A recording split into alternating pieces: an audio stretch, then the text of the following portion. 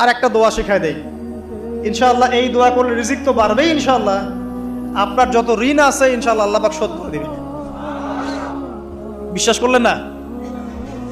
এই দোয়া শিখাই দিচ্ছি, এজন্য আমাকে হাদিয়া দেওয়া দরকার, স্পেশালি আমাকে এখন হাদিয়া দেওয়া দরকার। এটা গুরুত্বপূর্ণ দোয়া শিখাই দিচ্ছি। আলী রাদিয়াল্লাহু আনহু বলেছেন, কোন ব্যক্তির যদি পাহাড়ের সমানও ঋণ থাকে, এই দোয়া যদি আমল করে আল্লাহ পাক ওই ঋণও শোধ করে দিবেন ইনশাআল্লাহ। ঋণ কেমন জানেন? ওই যে এখন মানুষ ঋণ নিচ্ছে 1 কোটি টাকা ব্যাংক থেকে, 2 কোটি টাকা ব্যাংক থেকে, হ্যাঁ, কত বছর, 10 বছরের জন্য, 20 বছরের জন্য বাড়ি করছে, তাই না? তার ধারণা এমন যে সে মারা গেলে তার ঋণটা কেউ না কেউ শোধ করে দিবেই দিবে, তাই তো? আর আল্লাহর রাসূল কি বলছেন দেখেন, একজন মারা গেছেন, নবী সাল্লাল্লাহু আলাইহি ওয়াসাল্লামের সময়ে একজন মারা গেছেন। তো নবী করিম সাল্লাল্লাহু আলাইহি ওয়াসাল্লাম বলছেন, এই ব্যক্তির কি কোনো ঋণ আছে? একজন সাহাবী বলেন, হ্যাঁ ইয়া রাসূলুল্লাহ, তো ঋণ আছে। নবীজি বললেন, তোমরা ওর জানাজা পড়ো, আমাকে ডেকো না। তোমরা ওর জানাজা পড়ে নাও, আমি জানাজা পড়তে চাচ্ছি না। আমি এখন কেমন করে আপনাকে বুঝাবো ঋণ কত ভয়ঙ্কর জিনিস? আপনি যে ব্যাংক থেকে 3-4 কোটি টাকার লোন নিয়ে রাখছেন, লাখ লাখ টাকা লোন নিয়ে বসে আছেন, দিব্যি সুখে বসে আছেন, এমন চিন্তায় যে আপনার মৌত হবে না। আর নবী সাল্লাল্লাহু আলাইহি ওয়াসাল্লামের সময়ে একজন মারা যাচ্ছেন, তিনি বলছেন তোমরা জানাজা পড়ে নাও, আমি জানাজা পড়তে চাচ্ছি না। মানে ঋণগ্রস্ত ব্যক্তি জানাজাও তিনি পড়তেন না।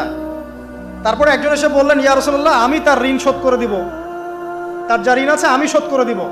তখন নবী এসে জানাজা পড়লেন সাল্লাল্লাহু আলাইহি ওয়াসাল্লাম। তা আপনার এই কোটি কোটি টাকা ঋণ শোধ করার লোক তো রেডি আছে নাকি? আছে না? সমস্যা নেই, আপনার জানাজা পড়া হবে, কারণ হুজুরকে আপনি 5,000 টাকা দিবেন, হুজুর জানাজা পড়াই দিবে, কোনো সমস্যা নেই। তারপরে আপনার মিলাদও হবে, আপনার একটা বড়সড় দোয়াও হবে ইনশাআল্লাহ। কিন্তু আল্লাহ পাক বলেছেন যে শহীদ, আল্লাহর পথে যুদ্ধ করে শহীদ হয়েছে, এই ব্যক্তির আত্মাও ঝুলে থাকে যতক্ষণ পর্যন্ত না তার ঋণটা শোধ করা হয়। এবার বলেন আমি কি বুঝাবো আপনাকে? আর কিছু বলতে হবে? তো এখন সেই দোয়া শিখাচ্ছি আপনাদেরকে, যে দোয়া শিখলে আপনারা ঋণ থেকে বাঁচবেন ইনশাআল্লাহ। কত দিবেন বলেন? আচ্ছা, হ্যাঁ, এই তো শুকরিয়া। দোয়া করবেন যেন আল্লাহ পাকের দিনটাকে আল্লাহর জমিনে প্রতিষ্ঠা করতে পারি। আমার সাথে বলেন, দোয়াটা হচ্ছে, আল্লাহুম্মা ইকফিনি বিহালালিকা আন হারামিকা ওয়া আগনিনি বিফদলিকা আম্মান সিওয়াকা। এই দোয়াটা ছোট না, এটা মুখস্থ করবেন, সেজদায় পড়বেন, নামাজের সেজদায় পড়বেন, আত্তাহিয়াতু দরুদ শেষ তারপরে পড়বেন, নামাজ শেষে হাত তুলে করবেন, যখন তখন শেষ রাতটা করবেন, ইনশাআল্লাহ দেখবেন আপনার ঋণ বলতে কিছু থাকবে না ইনশাআল্লাহ। যদি থাকেও, বড় কোনো ঋণ থাকেও, আল্লাহ পাক অন্য কোনো মাধ্যমে এটা শোধ করার ব্যবস্থা করে দিবেন ইনশাআল্লাহ। ইনশাআল্লাহ। যে দারিদ্রতা দূর করতে চান, সচ্ছলতা চান, কয়েকটা কাজ করেন। এই যে বললাম, 1 নাম্বার সূরাতুল ওয়াকিয়া তেলাওয়াত করেন, 5 ওয়াক্ত নামাজ জামাতে পড়েন, ডেইলি কিছু সময়ের জন্য কোরআন তেলাওয়াত করেন, আর আল্লাহর কাছে রিজিক চান, জিকির বেশি বাড়ায় দেন। পারবেন না ইনশাআল্লাহ? আমার জীবনে এমন ঘটনাও ঘটেছে, এটা এখন গল্পটা মনে পড়ে গেল তাই বলছি, যে 1,20,000 টাকা ঋণ আছে আমার, শোধ করার কোনো অপশন নাই আমার কাছে। আমার চোখে ধরা পড়ছে না যে 1,20,000 টাকা আমি কেমনে দিব। কি হলো, হঠাৎ করে আমরা একটা সার্কুলার দেখলাম যে সারা বাংলাদেশে ইসলামিক ট্যালেন্ট খোঁজা হচ্ছে। 2000, এটা মনে হয় 17 কি 18 সালের কথা, হ্যাঁ 18 না, আচ্ছা 18। তো হ্যাঁ, আলোকিত থাকে। তো এখন আমার ওয়াইফ বলছেন যে আপনি এটাতে অ্যাপ্লাই করেন। আমি অ্যাপ্লাই করবো, এটা তো আলেম ওলামাদের প্ল্যাটফর্ম, আমি এখানে জেনারেল থেকে আসা মানুষ, কেমন করে কি। তো সে বলছেন আপনি পারবেন ইনশাআল্লাহ, আপনি পড়াশোনা করেন, ইনশাআল্লাহ পারবেন। তো আমি দেখছি আগে প্রাইস কি আছে, কষ্ট তো করবো, আগে দেখি পুরস্কারটা কি। তো পুরস্কারটা দেখছি যে একটা ওমরা করাবে। ওমরা করা তো যে কারোর জন্য একটা মানে স্বপ্নের ব্যাপার না, ওমরা করা তো সবাই আমরা খুব পছন্দ করি। আল্লাহ পাক আমাদেরকে বেশি বেশি ওমরা করার তৌফিক দেখ। আর লেখা আছে যে ফার্স্ট প্রাইজ 3 লাখ টাকা, second prize 2 lakh, third prize হচ্ছে 1 লাখ টাকা। তো সেটা আচ্ছা ঠিক আছে। তখন আমি একটা জবও করি, আমি কিন্তু চাকরিও করেছি এক সময়। তো এখন জব ছেড়ে দিলাম, জবে থাকলে আমার এখন পড়াশোনা হবে না। তারপর টানা 4 কি 5 মাস দৈনিক 10 থেকে 12 ঘন্টা করে পড়েছি, টানা 4 থেকে 5 মাস, দৈনিক 10 থেকে 12 ঘন্টা, নাওয়া খাওয়া সব ওখানেই। আর যতটা সহজ মনে করছেন আসলে কিন্তু প্রতিযোগিতা অত সহজ নয়। আসলে যে কোনো জায়গা থেকে প্রশ্ন আসতে পারে, আকিদা, সিরাত, ইতিহাস, এটা ওইটা, অনেক টপিক, প্রায় 36টা বিভাগ আছে। তো আলহামদুলিল্লাহ কিভাবে জানি আস্তে আস্তে উঠতে পারলাম। গিয়ে দেখলাম যে হ্যাঁ, টিভি রাউন্ডে চলে গেছে। আমি তেমন কিছুই করি নাই, আমি শুধু পরিশ্রম করেছি, আল্লাহর কাছে বেশি থেকে বেশি দোয়া করেছি যে আল্লাহ, আমার ঋণ আছে, ঋণ শোধ করতে হবে একটা, এবং আমি চাচ্ছি যে এই প্রোগ্রামের মধ্য দিয়ে দিনের একটা বড় সার্কেল পাওয়া যায়, দিনী প্ল্যাটফর্ম পাওয়া যায়। তো আলহামদুলিল্লাহ আল্লাহ পাকের ইচ্ছায় সেখানে একটা ভালো রেজাল্ট হলো, এবং সেখানে ওমরাও করা হলো আলহামদুলিল্লাহ, এবং ক্যাশ তারা খুব তাড়াতাড়ি দিয়ে দিয়েছে। আমি পুরো ক্যাশটা আগে পেয়েই আগে ঋণটা শোধ।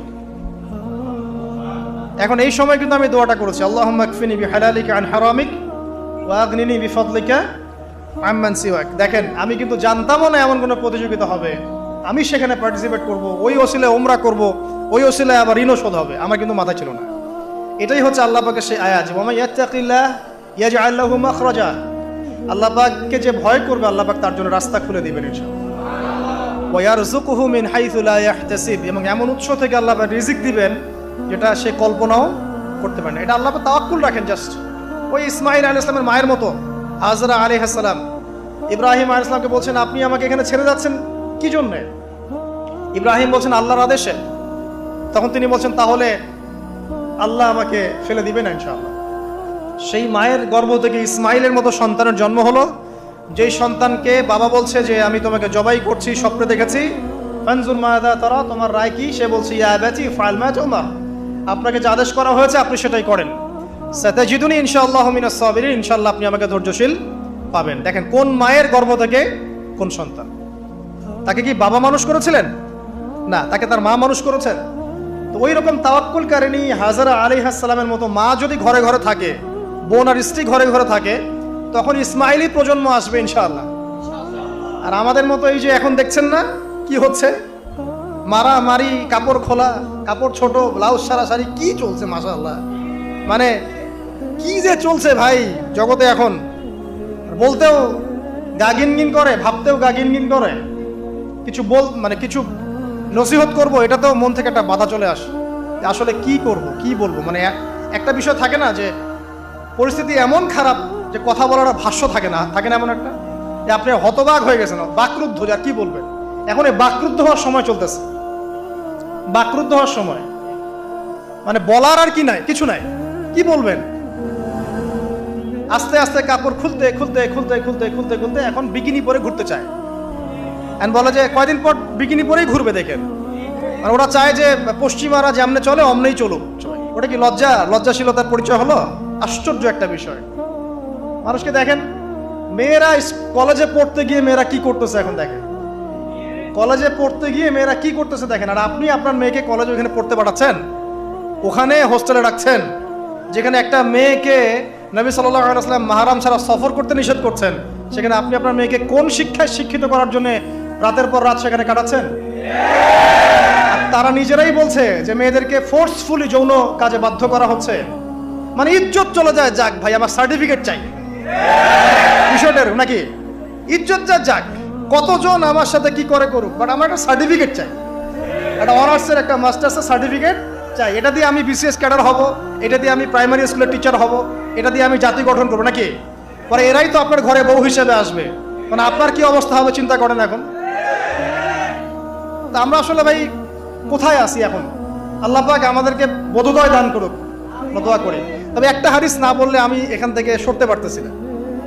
এই কথাই নবী সাল্লাল্লাহু আলাইহি ওয়াসাল্লাম বলেছেন, হুবাহু এই কথাই, একদম এটাই, যে ফিতনা ধেয়ে আসছে, লা ইলাহা ইল্লাল্লাহ, ফিতনা ধেয়ে আসছে। তার স্ত্রী যায়নাব বিনতে জাহাশ তিনি বলছেন, ইয়া রাসূলুল্লাহ সাল্লাল্লাহু আলাইহি ওয়াসাল্লাম, আনুহলিকু ওয়া ফিনা সালিহুন, আমাদের মধ্যে সৎ মানুষগুলো থাকা সত্ত্বেও কি আমরা ধ্বংস হয়ে যাব? সুন্দর প্রশ্ন না?